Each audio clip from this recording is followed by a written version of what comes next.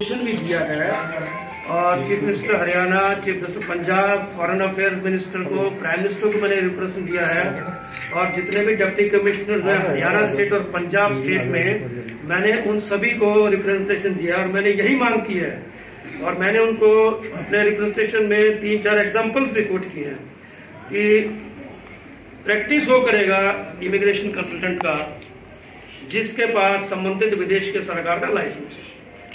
अब हरियाणा सरकार भी बहुत कहती है, विज साहब भी बहुत अच्छा प्रयत्न कर रहे हैं, काबिल तारीफ है, लेकिन मुझे नहीं लगता कि जब तक धरातल पे जाके इस मुद्दे को सुलझाया जाएगा, और कैसे सुलझाया जाएगा कि प्रैक्टिस वही करेगा जिसके पास उस विदेश से संबंधित सरकार का लाइसेंस है।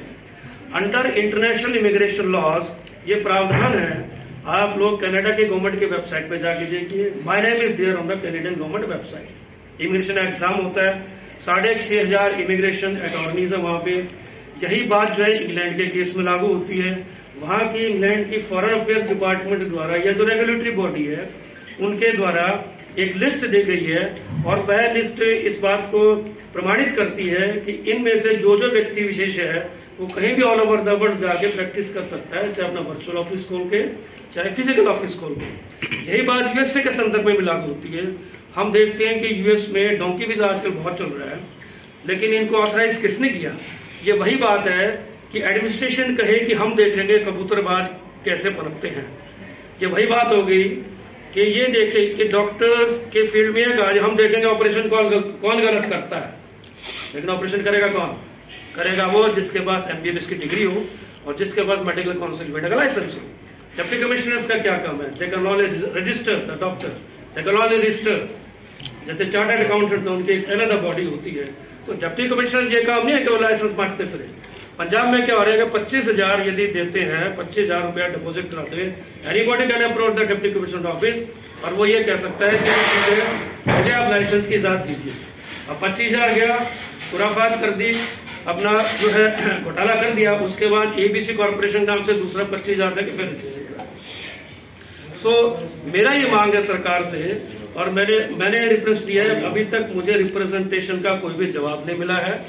मैंने क्या किया फिर, क्योंकि as an immigration I know this things, मैंने फॉरेन अफेयर्स मिनिस्ट्री को आरटीआई लगाई और आपने देखा होगा कि आपके पास ये सर्कुलेट किया है और जैसे कि पहला पेज जो है वो क्या कहता है, मैंने आरटीआई लगाई, इसमें मैंने एड्रेस अपना मिटा दिया है क्योंकि एड्रेस मैंने चाहता सभी को पता लगे, थोड़ा कॉन्फिडेंशियल पे जाता है।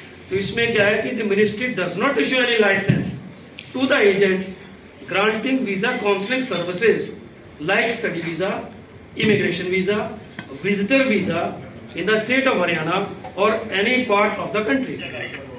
इमिग्रेशन वीजा में क्या आते हैं? वर्क परमिट आ गया, पीआर आ गया, सिटीजनशिप आ गया, एसाइलम आ गया, हर चीज आती है इसमें।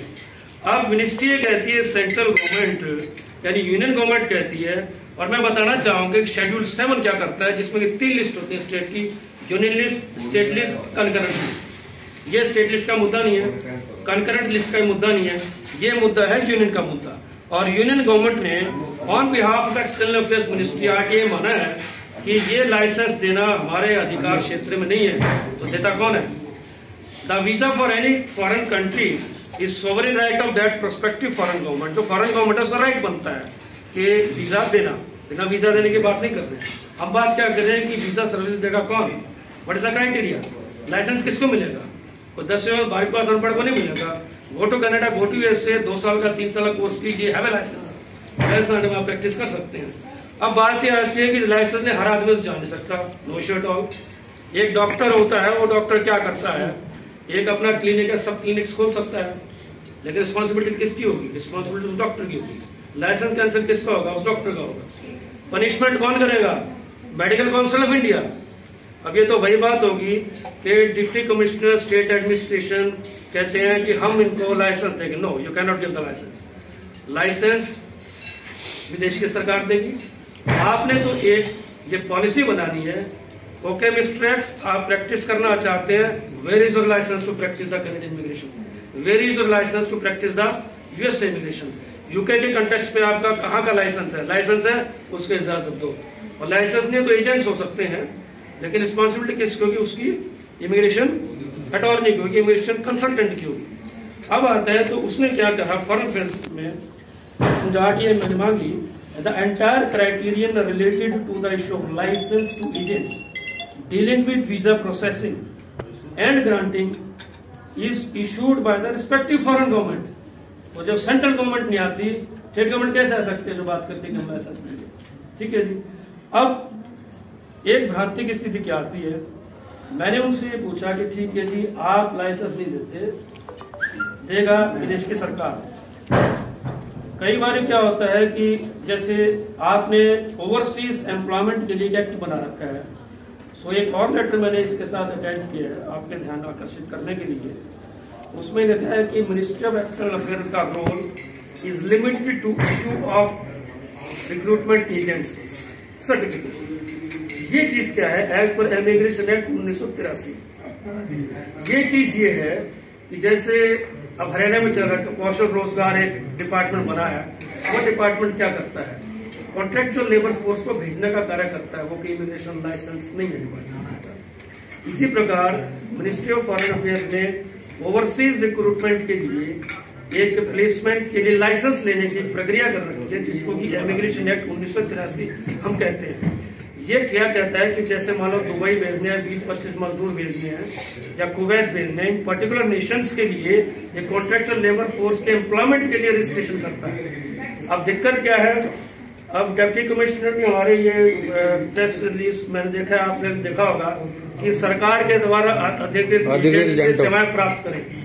अब इनको भी नहीं मालूम कि सरकार के द्वारा अधिकृत, जब यूनियन मिनिस्ट्री कहती है we are not competent to give the license, state government कैसे आगे, डिप्टी कमिश्नर नहीं कर सकता।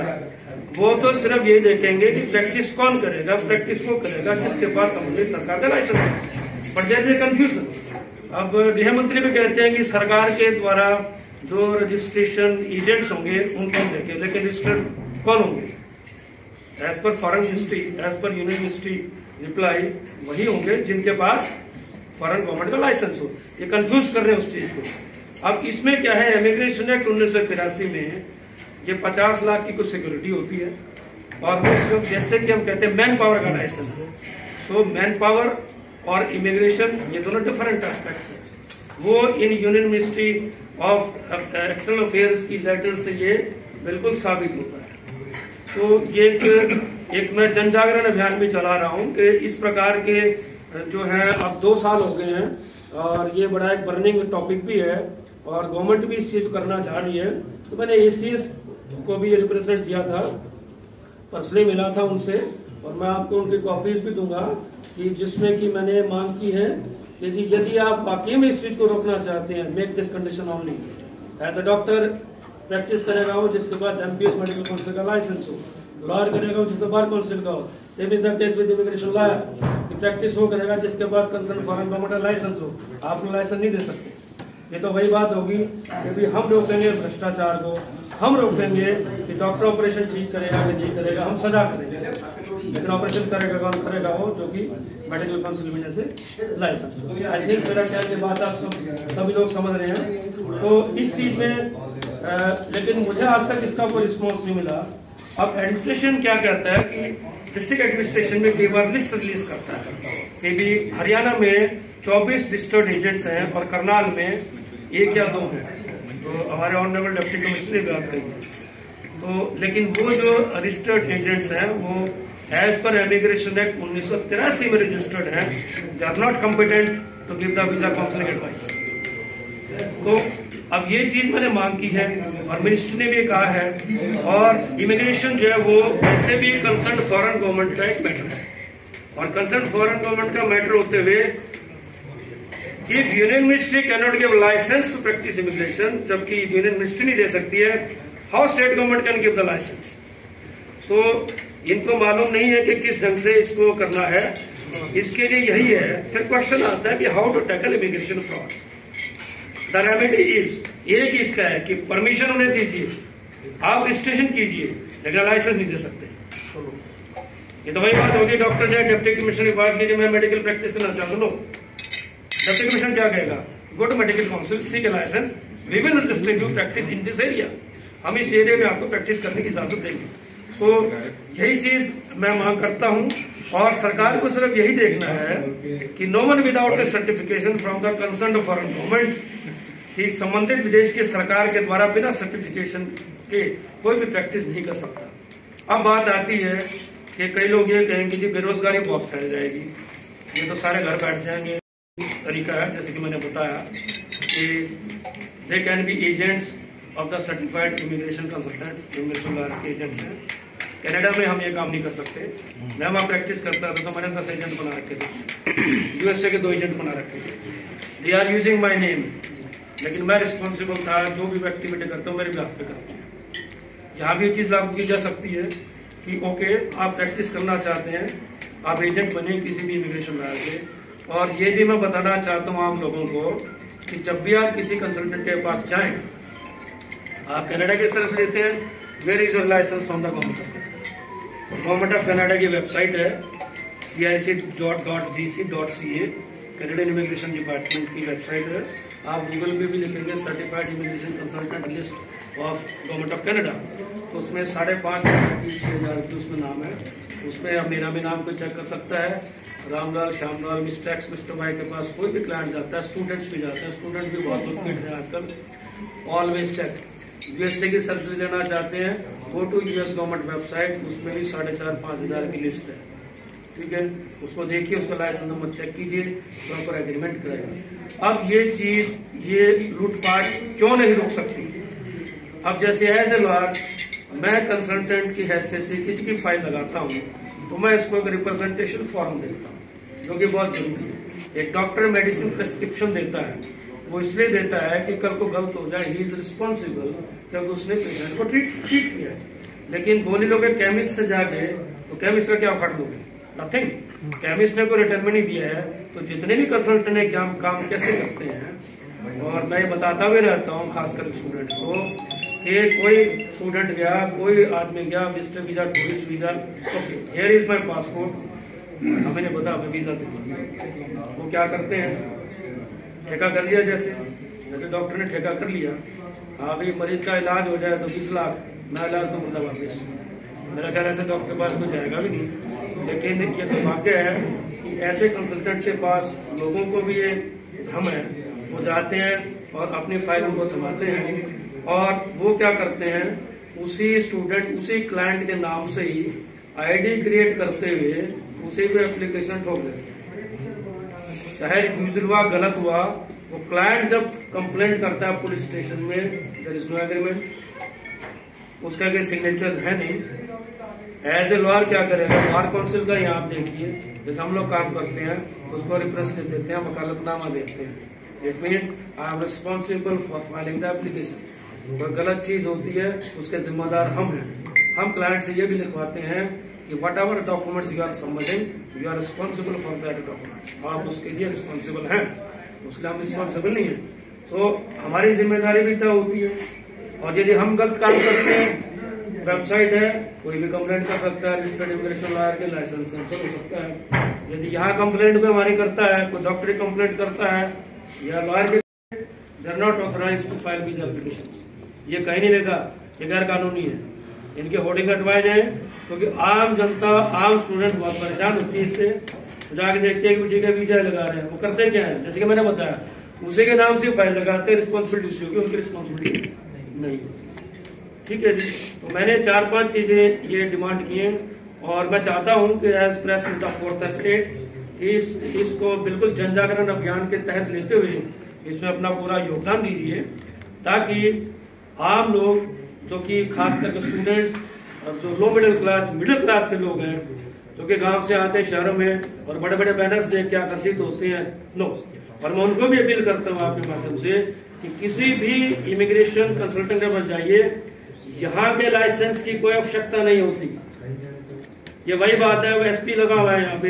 एसपी कैसे लगता है, यूनियन पब्लिक सर्विस कमीशन का एग्जाम पास होता है, और वो जाके डिप्टी कमिश्नर कह दे और होम मिनिस्टर कह दे कि let me the post the SP of the district, कर सकता है? वो नहीं कर सकता। There is a particular system. इसी प्रकार से उनको ये, या तो इनके लिए कोई योग्यता तय करे सरकार, योग्यता क्या तय करेगी, go and have a licence नहीं, be the agent of a licence holder, उसके आप बनिए, अपना काम कीजिए, कोई दिक्कत नहीं। उसमें क्या होगा, दंडात्मक प्रावधान भी लगाइए, बिल्कुल। कोई शिकायत आती है, ओके जुर्माना 10 लाख, 15 लाख, 20 लाख, क्या दिक्कत है। लेकिन यदि ये प्रावधान कर दिया जाएगा तो जुर्माना तो लगेगा ही लगेगा, साथ में उस इमिग्रेशन जो काउंसलर है उसका डर बैठा रहेगा कि मेरा लाइसेंस कैंसिल हो सकता है, उसकी रोजी रोटी पे भी खतरा होता है। जैसे कि डॉक्टर का मेडिकल लाइसेंस कैंसिल हो जाता है तो कहीं भी डॉक्टर प्रैक्टिस करने के लायक नहीं रहता। तो मेरा यही आप लोगों से निवेदन है। और एज एन एजुकेशनिस्ट मैंने बहुत देखा है, 2018 से मैं as an immigration lawyer practice कर रहा हूँ। 2021 मैंने ऑफिस शुरू किया तो 2 साल में मैं सारे खेल को समझ गया कि ये खेल क्या चल रहा है यहाँ इंडिया में, हरियाणा में और पंजाब में। और जब तक इसके खिलाफ आवाज नहीं उठाई जाएगी हम इस चीज को कंट्रोल नहीं कर सकते। It is a social cause also. पैसा कमाना कोई जुर्म नहीं है। जो इस इंडस्ट्री में पैसा कमाना चाहते हैं पैसा कमाएंगे, लेकिन सही तरीके से कमाइए। यदि किसी को दवाई बेचनी है good and have a medical license, लेकिन वो दवाई बेच सकता है लेकिन वो मेडिकल एडवाइस नहीं दे सकता। उसको एडवाइस देने के डॉक्टर के साथ अटैच होना, that is my suggestion. Thank you very much.